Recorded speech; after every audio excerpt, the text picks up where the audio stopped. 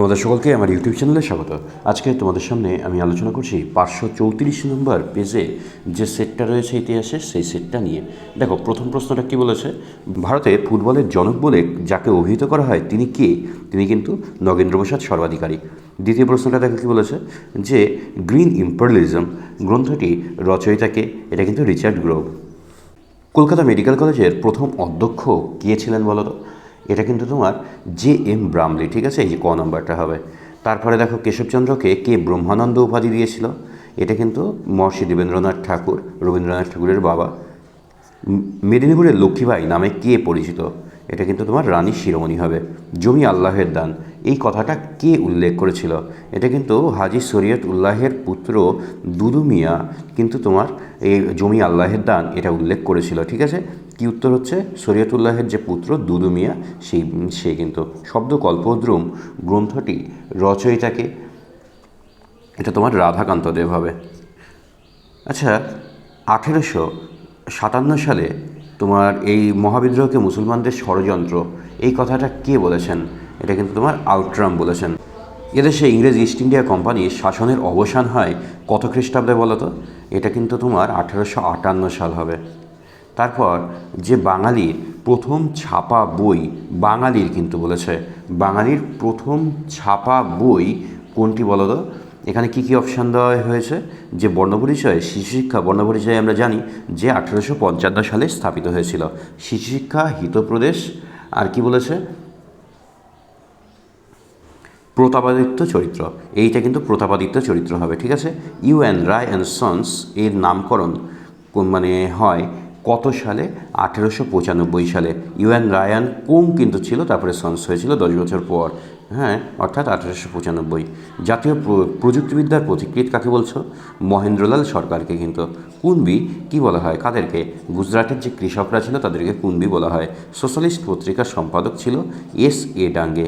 শহীদ-ই-আজম নামে কে পরিচিত ছিলেন? ভগৎ সিং। তারপরে দেখো, কোন মামলায় ক্ষুদিরামের ফাঁসির আদেশ হয়েছিল? এটা কিন্তু তোমার মুজাফফর মামলায়, ষড়যন্ত্র মামলায়।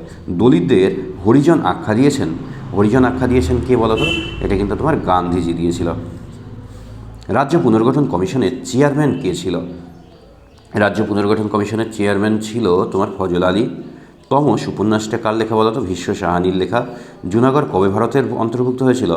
1949 সালে। এসএকিউ এর যে প্রথম প্রশ্নটা আছে, কি বলেছে, দ্য সি অ্যারাউন্ড আস গ্রন্থটির রচয়িতাকে? এটা কিন্তু রাসেল কার্সার। 3 আইন প্রবর্তিত হয় কত সালে? এটা 1872 সালে। এটা কিন্তু কেশবচন্দ্র সেন প্রবর্তন করেছিলেন। AITUC এর প্রথম সভাপতি কে ছিল? লালা লাজপত রায়। দীপালি সংঘের মুখপত্রের নাম কি? এটা কিন্তু তোমার জয়শ্রী পত্রিকা। সোমপ্রকাশ পত্রিকার প্রথম সম্পাদক ছিলেন কে? দ্বারকানাথ বিদ্যাভূষণ। ঠিক না ভুল? এটা কিন্তু ঠিক। তারপর একটা বলছে গোসাইজি নামে বিজয়কৃষ্ণ গোস্বামী ছিল পরিচিত। এটাও ঠিক। বেঙ্গল ভলেন্টিয়ার্স চিত্তরঞ্জন দাস প্রতিষ্ঠা করেছিল। এটা কিন্তু চিত্তরঞ্জন দাস নয়, চিত্তরঞ্জন দাসের অনুপ্রেরণায় সুভাষচন্দ্র বসু কিন্তু করেছিল। আরও একটা বেঙ্গল ভলেন্টিয়ার্স রয়েছে যেটা হেমচন্দ্র ঘোষ করেছিলেন। ঠিক আছে, তাই কোনো দিক থেকেই কিন্তু চিত্তরঞ্জন দাস নয়। আর আঙ্কেল টমস কেবিন উপন্যাসের রচয়িতা হলেন আমেরিকান সাহিত্যিক হ্যারিয়েট রিচার স্টো। এটা কিন্তু ঠিক। এবার ক আর খ স্তম্ভটা আমরা মিলিয়ে নিই। একাডেমিক অ্যাসোসিয়েশন কোনটা হয় বলো তো? হেনরি লুই ভিভিয়ান ডিরোজিও হবে। রাজাকার হায়দ্রাবাদের যে বাহিনী, সেটাকে রাজাকার বাহিনী বলা হতো। আচ্ছা, বি আম্মা নামে কে পরিচিত ছিলেন? এই যে তোমার আবাদি বানু বেগম। আর 1918 সালে হয়েছিল খেদা সত্যাগ্রহ। চলো আমরা চট করে বিবৃতিগুলো দেখি। প্রথম বিবৃতি কি বলেছে, যে উডের ডিসপ্যাচ ভারতীয় শিক্ষার ম্যাগনাকাটা বলা হয়।